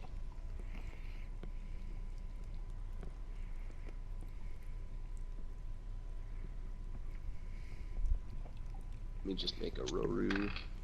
Oh fuck, I rolled a 1. So this thing with its legs crossed turns around to you guys, and it's set deep into its fucking weird marble head is just one glowing red, like, oval. And it, like, its head contorts in a weird way, and it, like, swivels upside down, and its arms, like, from the shoulders rotate around to you guys, and then the rest of its body rotates around. And it's just, like, reaching with a weird ivory hand over to you. Malphine ducks it and goes to back to Gabriel's spire. Make a Roru. Okay. I will also make a Roru. Dip, duck, dodge, and weave. Yeah, baby. Buddy boy. Do it. 16. Nice, I got a 15, so you dodged successfully. You don't know where Gabriel's spire is, though. Because as you dodge, you kind of, like, you have that thought of, like, I gotta get back to Gabriel's as you're dodging. You just see this thing zip away and disappear from you, and you're on another spire. Okay. So, what does this one look like? That's a really good question. This one is If you just don't have, not if you paying don't have a attention to you picture, guys. then I don't have pictures for all of the Voidkin. You can just assume that they're kind of a mixed match. vast of and all of numerous. these. Yeah. Yeah. Vast, unexplainable, like weirdly architectured beings. All of them somewhat humanoid. Some of them more limbs, some of them less limbs, some of them several heads, some of them have wings, you know, that whole deal. Right. This one is simply cross-legged with its back to you. Doesn't appear to pay any heed. Excuse me? It is also wreathed in a pale teal fire. Hey, buddy. Uh,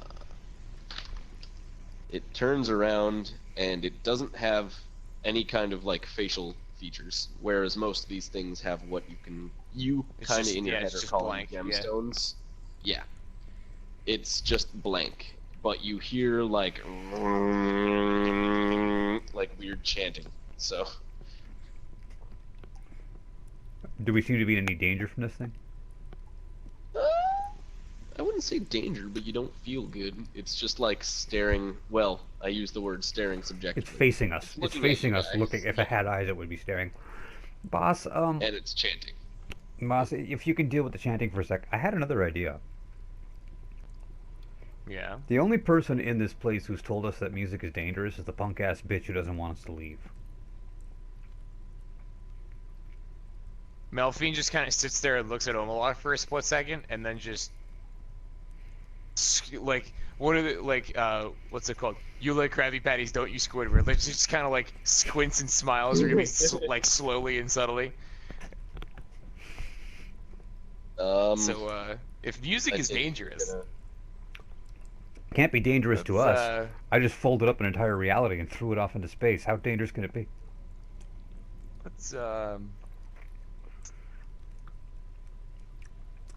let's give one a whirl. Omalach just reaches out forward and goes, doo doo doo, ba ba da da boo boo doo boom. Because if you're gonna play something epic, play Child in Time. Oh no, I think I have a good one. Okay. Are you gonna play an entire song? You're not just gonna like strum a chord, James? Oh no, yeah, she's gonna play The fuck that noise? a song. Oh boy. Play a song. What song are you playing? All right, now let's give one a whirl really quick. I'm just gonna play a chord, just open drop D. You play an open drop D chord. That's heavy. Yep. Malphine, I've just made my roll. You strum your chord, and you hear that open D, and then you don't hear anything at all, and you're just standing in the fortress. John, Yes. what you witness is Malphine go, and her torso fly off of her arms, which land with the crucifix, or the crucifer in front of you. The rest of her body is splayed across the cosmos as those cords, well, that cord, ripped her apart. Also, Aha. the thing that was chanting has stopped and is freaking out. It's like flailing its arms and trying to like physically bat away these sound waves that are coming at it. Aha. It's not happy, and you're the only thing near it. It's not Okay. attacking you, but it's like looking at you. Oh my god, it rolled so low. It looks pathetic. It looks like it's really hurting, and in fact, pieces of it are starting to like crumble as it's just failing to resist these sound waves battering on it and like distorting it and tearing at its fabrics. And it just slowly crumbles, disappears. And then the spire you're on crumbles and disappears step by step down into the plane that it is above. Okay. Well, I'm going to a different spire and I'm reaching out and getting Malphine because I know she's out there somewhere. You zip zap zoop into your fortress, which, for lack of a better term, it's basically your guys' own temporary spire, which are these like micro planes that Right. beings are allowed to exist on. So we have our And you own. see Malphine, who is completely intact. Sorry about that, boss. You And- kind of exploded. I gathered that. The big thing that was with us, it crumbled, and the sound waves literally tore that entire realm apart from one chord. Okay. If we can find a way to survive it, we can tear this whole place down with one big jam session.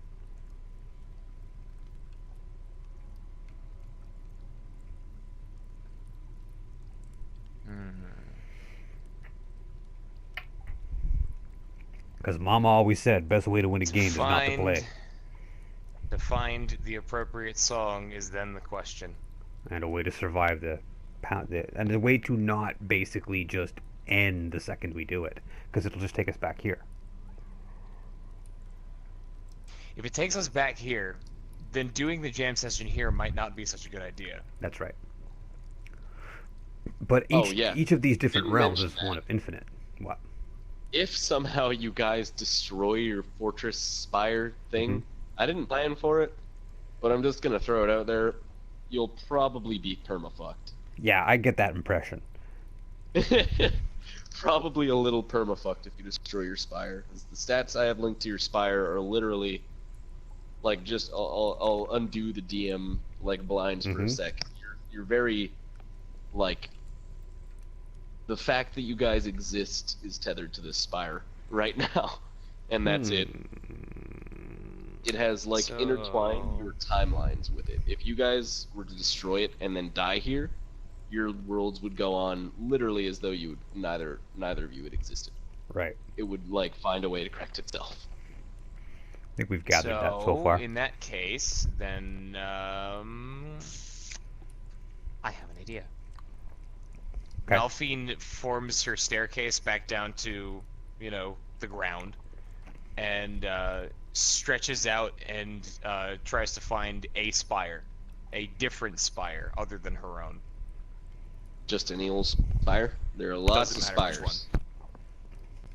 You feel, actually, specifically because you said doesn't matter, your wording here is what I'm going to play with. Literally, Go for it. because you're in the void, you're like, okay, I want a spire, doesn't matter which one. And your head immediately fills with images of, like, an infinite number of spires, and your eyes explode. And Omalach is the only one who sees this as your brain seeps out the front of your skull. But you're back in your fortress fast enough to see your body slump down. Okay, so then makes the stairway back downstairs and says, I want to pick a specific spire. One. So the only spire that you really know specifically is Gabriel's, which comes up in your head. Okay, so then I want to go to Gabriel's spire and bridge, to another one and just pick a near one off of that. One that I can see.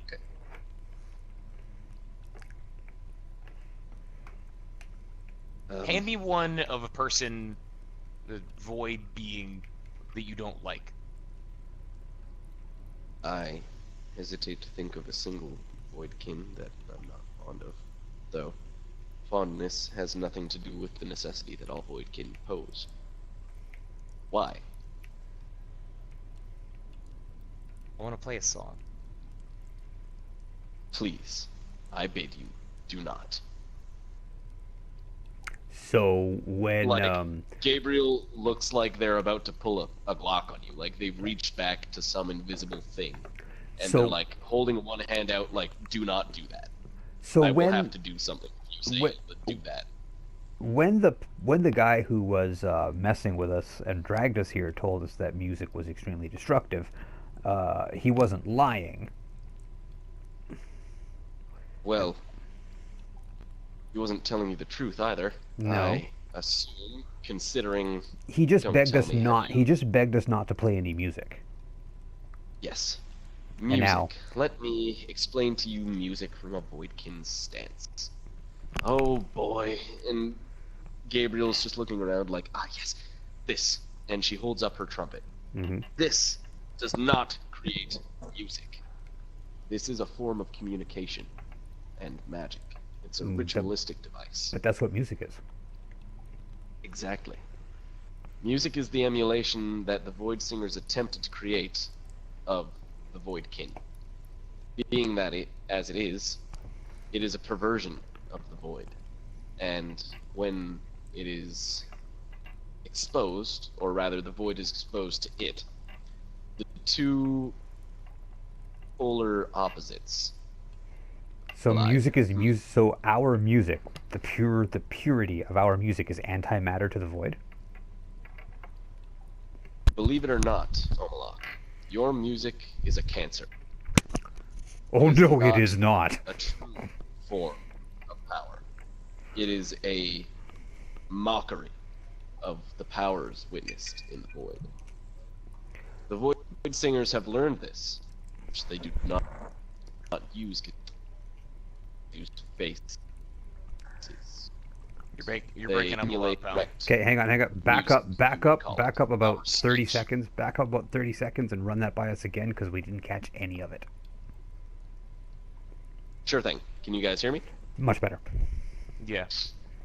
More or less, the Void Singers understand that music as you know it is a perversion. They were the ones who first began worshipping us and our powers through emulations of our speech, which was by instruments, music. The cacophonous melody you hear coming from me now is simply how I speak. But the Void Singers created what you are calling music, and just as soon as they created it, abandoned it, simply preferring to chant like we do instead, as an emulation of our power. Though the festivities and tradition of music, the feelings it gave you, stuck, because those feelings were very real. They were, well, you could call it the first thing ever to be created outside the void, was true mortal music. Okay. I mean, it is definitely the As core of such. everything we are. Yes, it certainly is. So much so that your universe revolves around it. Your universe is one that we had a pitiful amount of influence over. In fact, I dare say the trickster spent too much time in your plane. The Ormagoden that you're familiar with Mm-hmm. is an aspect of the trickster. Rather, a being he devised. in Okay, well, his this pump's goal got to go. create. Yeah. Oh, he's had to go for a long time. I'll make you a deal then, Gabriel. Hmm? Fair, What's straight, and this? true. You point me in the direction. I don't want to hurt your realm. I'm not going to play any music here because obviously we don't want to bring. That's your realm why I down. wanted to go to a different one. You point me in the You direction don't of this deduct- trick. You point me in the direction of this trickster's realm, and I will throw a rock concert right in his face.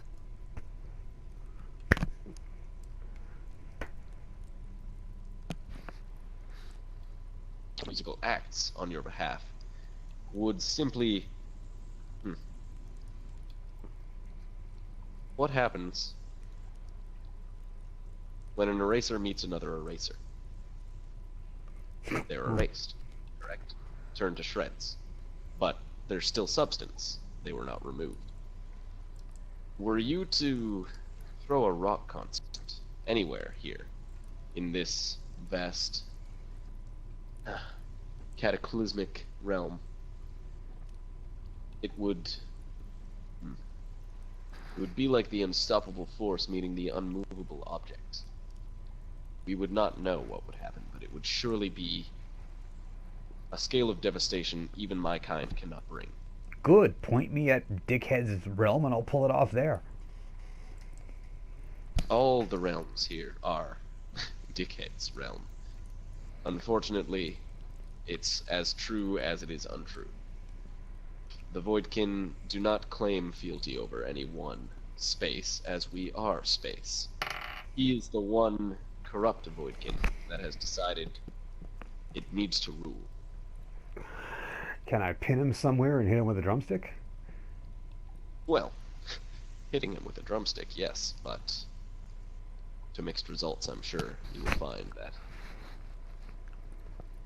She just lifts her finger up, and off in the distance, in fact, you couldn't see it at all, but just as soon as she reveals it to you, you see it. Which is a spire like all the others. It's not made of this white ivory shit. It's just like a disc. A big one. Similar to the one Baldor was flying around on. And perched on that disc is yonder motherfucker. Way, way off in the distance. But so close you could touch him. But way, way off. He doesn't seem So to does know that theoretically mean I know where it is? Well, you know it's there, and that's enough. I want to go have a long sit down with him. I will see you again soon. Nice. And she just turns her back to you guys again and continues looking out over the cosmos as you zip zop zoop over to that frisbee in the sky. You Hey, yes, and you, and he points at Omalach, and you, and he points at Orkir, and you, and he points at the Void Titan that he's summoned between all of you guys. Yes, especially you. Have fun. He disappears. And the void, I just reach out my hand and I throw the void, like literally just throw the void titan through the roof of the sky. Don't work Oh, dear. anymore. You don't see him, but you hear him just, oh dear. That won't do, my friend. In fact, perhaps... And I pull out my drumsticks I and say, "Shit, you feel like a jam session?" And I start twirling a drumstick. Oh, for the love... Malphine holds her hand very gingerly over her guitar. This is the trump card for us both. If you do that, it will not help you, nor will it hinder me. It will simply ruin everything, so don't. Yeah, so let's have a conversation, you and I. Right, fine. You and I. And he snaps his fingers from wherever the fuck he is. And Omalach disappears, and Orkir disappears, and you're on a nice sandy beach. And Cool. he's sitting down under a beach umbrella with some martinis. Malphine still has your hand held over her strings. The strings, you note, are like red fucking hot. It seems traveling space-time at the fucking frequency you do not only like subjects your guitar to crazy warping, but it's like physically doing something to your strings. It's imbuing it with something. If it's good or bad, you don't know. It's just doing something to your guitar. It's warping it in weird ways that you didn't think possible. So, I went off the Deal Breaker's crazy ride. First What things crazy first. I thought you wanted This- Valdor back. I do want Velder back, but the whole thing is that I don't want to do what you want me to do. I know what you What is want. it I want you to do? I'm curious, because I hadn't quite thought it out. I just wanted to bring you here. You want to make me a tool. And I'm not about being a tool. Sweet love. Can't you see that that is already what you are, as much as I am a tool, and this sand is the tool for your feet to stand upon? We are all simply products of the great inception, my dear. And your destiny is no different than what it was then. You are simply living out the motions, and this is one of them. Even though perhaps I planned impromptu to drag you here, it has always been in the cards. So Don't then know, show you're me the hand. Not enjoying your stay?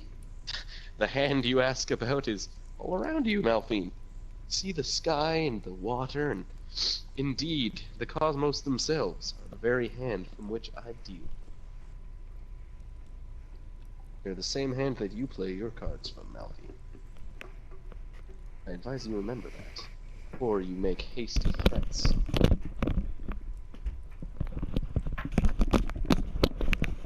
Bring Omalach here. Oma who? Oma where?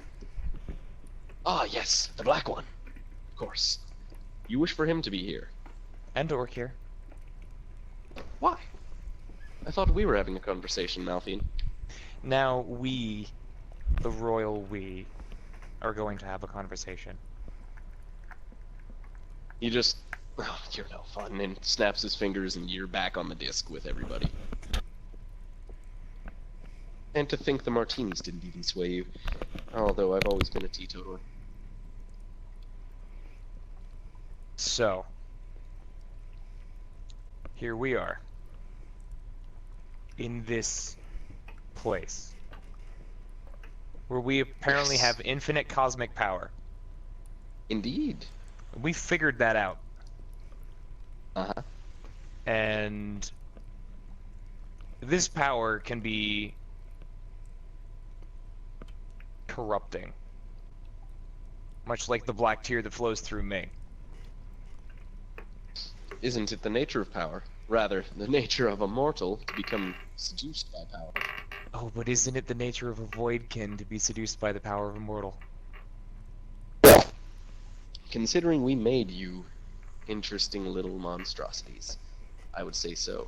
It is quite my nature to be not corrupted, but enthralled by you. However, this is not why you're here to ask me questions. Rather, I was the one with questions, and you haven't answered a single one, Malphine. Yes, your power is great, and you have achieved things that I put past you at first.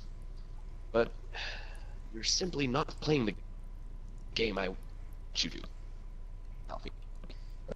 I don't think... Now, it's true, I didn't give you the clearest of instructions, but I tell you this. If you seek to go back to your plane of existence... I'm having a cat put in my face. Thank you, Meg. If you to your plane of existence, Malphine, you will not prosper. It's a really rude joke there, but I'm not making it. Only to cross yourself. And he just kind of like waves his scepter in front of you two, and the very plane that you had folded up and tossed over your shoulder like a fucking dirty snowball, you find yourselves back on. Though, you're nowhere within eyeshot of your fortress, and you can't even see the mountainous spire that Gabriel sat on, which is interesting. Yeah, but we could do this for all of eternity until it gets boring. Come on, buddy. Give me a better trick than this. All you hear is, that is the point. Meg, why are you smacking me? She's air smacking me. But you just hear that chuckling and him saying, oh, but isn't that the point? For us to spend an eternity together. I wouldn't have it any other way. Oh, but here's the deal, buddy, oh boy, I would. Like I said before, I want off to the Dealmaker's wild ride. And Because I don't want to play your stupid game. You hear nothing. All right, In the rock distance, concert it is, Chief. Oh my god, you guys are gonna do it. Wait, no, I want to hear what Caboose had to say. All you guys hear is, in the distance, a mighty, thunderous roar. What's coming? You don't see anything. That's what worries you. If it's big enough that you can hear it without seeing it in this plane of nothing... Yeah, but it doesn't matter how big it is. Now we are 10,000 feet up in the air, and now I'm sweeping the entire ground off the side like dust off of a counter. Along with Yes, whatever and big it nasty thing disappears. was under there. You still hear the big nasty thing, even though you never saw it. And you've swept away the realm below you, and there's just fucking more. You guys are just trapped here. Okay, you want me to fight this thing? Bring it forward. I'll kick its ass, and then we'll move on. All you guys hear is a big thank you. And Malphine, it is now that you feel yourself becoming overwhelmed by this feeling. Very interesting feeling. And a voice recognize as Valdor's. Feeling you're being overcome with, if I can find the picture. So, the horns on your head, Malphine, begin to twist and contort, and you feel it. And it's freaking you out because, my god, I can feel my horns growing out and becoming weird and like crippled in the long and like the flesh off of you, and your like body starts to contort differently, and your goat legs change into the legs of a Belk wooden skeleton type thing, and eventually you turn into John and James. Like you can infer the image I sent you. John, Yo. this fucked up bullshit. I'm looking. Where am I? Why am I not seeing it? It's loading. Ah. Yay. Okay. As what appears to be Malvaldor stands before you. Yeah. I am this thing? Yeah, you're this thing, James. Also, you feel compelled to swing at this disgusting creature in front of you. I will myself not to. And Valdor wills you too, but he only rolls an 8. Do I get a roll? Yeah. Okay. I figured that you had rolled when you were like, I will myself to not. 20! Did you actually? Yeah. Okay, yeah. Valdor's just like your hand moves and the sword swings, but it's like if your shoulder were dislocated, you know? You're just like, no, I don't want to swing. So gravity just lifts the sword up and over. And Omalach, Yep. you hear that screaming closer than out of the like propped open mouth of the thing before you, which is when in Valdor's voice, all you hear are the fucking help me and Whoa. screeching, like just completely out of blue, like screaming comprehensible between Valdor screeching for help. But under that, you still hear Malphine. If You're breaking up super Yeah, fucking wow, fast. okay, Caboose. back up like 30 seconds. I didn't hear any get of off that. the internet.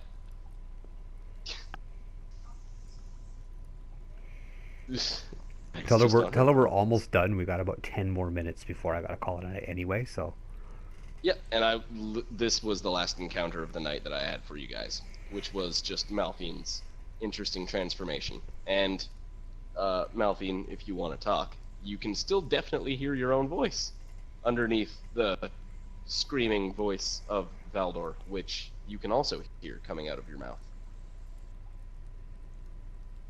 Okay, so Valdor screamed fucking help me, right?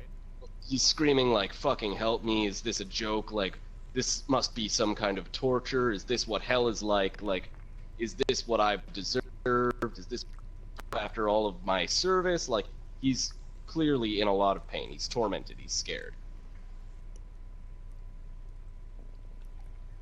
So Okay. then Malphine tries to, like, internally communicate with Valdor. You just hear the poor bastard screaming, screeching, just I sometimes incomprehensible squeals of pain. I'm gonna reach out and see if I can pull him out. Soul, essence, spirit, whatever it is. I'm just going to latch on to whatever's inside of Malphine that sounds like Valdor and see if I can peel the two of them apart. I know in this place anything can happen. And this may just be some stupid illusion, so peel it apart. So, John, you are able to, at its ethereal seam, peel this apart, but you can't pry the essence of Valdor out of Malphine. Rather, what you've kind of discovered, you literally, like, you put your hands together and then pull, like you're pushing back a thick vinyl wall. And you see that you're in split apart. And indeed, what the because you can see him in the reality with Valdor snickering to himself, is simply giving you guys Valdor back.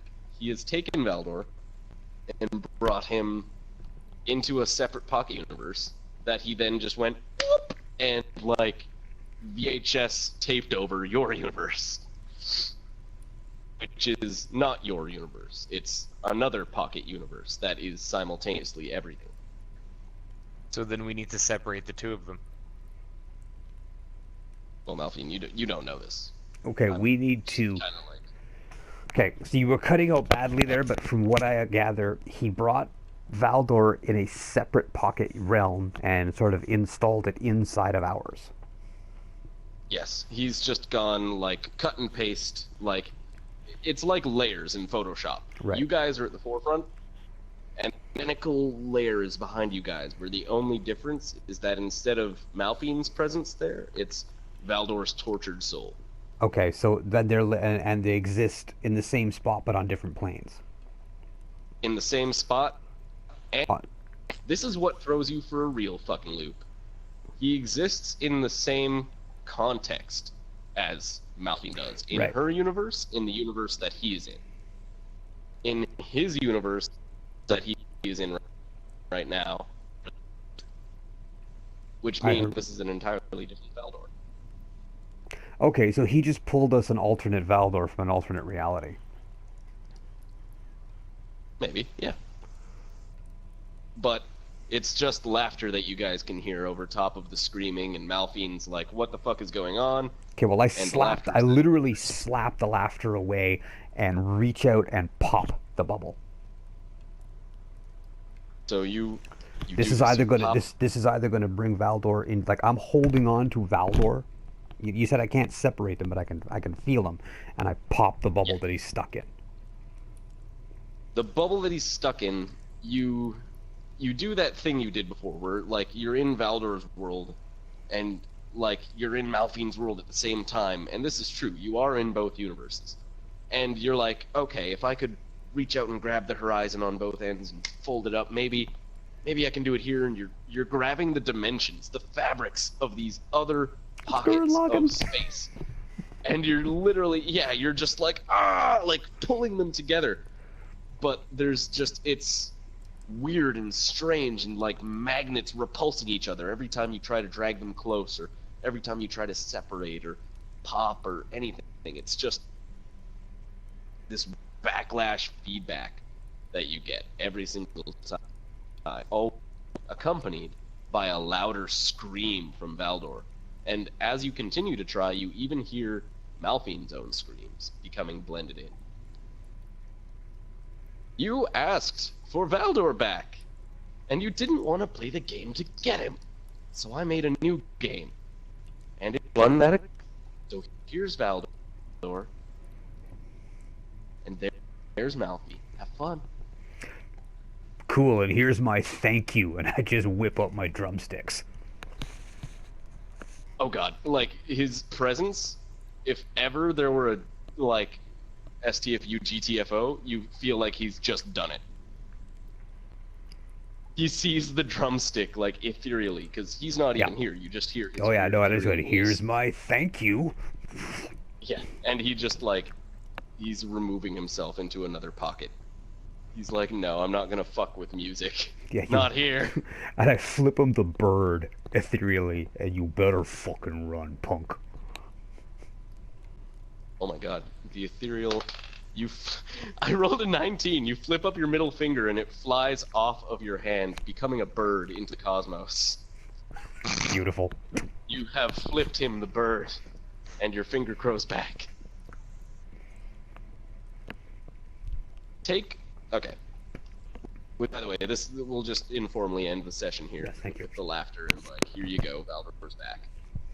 So now, imagine the Yellow Submarine movie, and what's the movie called? Yay. That movie with Yeah, the come on, we'll tiptoe take us through the somewhere. tulips ghost. Oh, What was that called? I don't remember. It was like in bad intentions. That's Yes. what the word means. Hmm. I don't remember. Imagine it like that universe and the Yellow Submarine universe, and a little bit of like anime Gurren Lagann type shit. You're just in a fucking hell of a place right now, you guys. Okay, and we will pick it up next time and figure out what we're gonna do. Yeah, which is actually, this is going to you guys just have no idea what to do. You have infinite power. What would you do?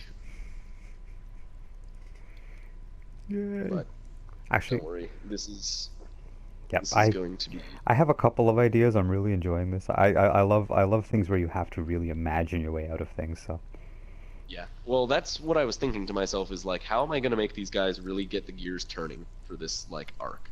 And then I was just like, I know. I'll make there literally no solution. all right, guys, I'm going to But cut the there's a video here. solution. I want to thank everybody who gave Caboose advice, buddies of his who are listening, and any friends of mine out there, and James's who are listening. Keep in touch, keep track, subscribe, like, whatever, and obviously comment if there are things you'd like to see, and keep an eye out for more, man. We'll catch you all next time. Yeah.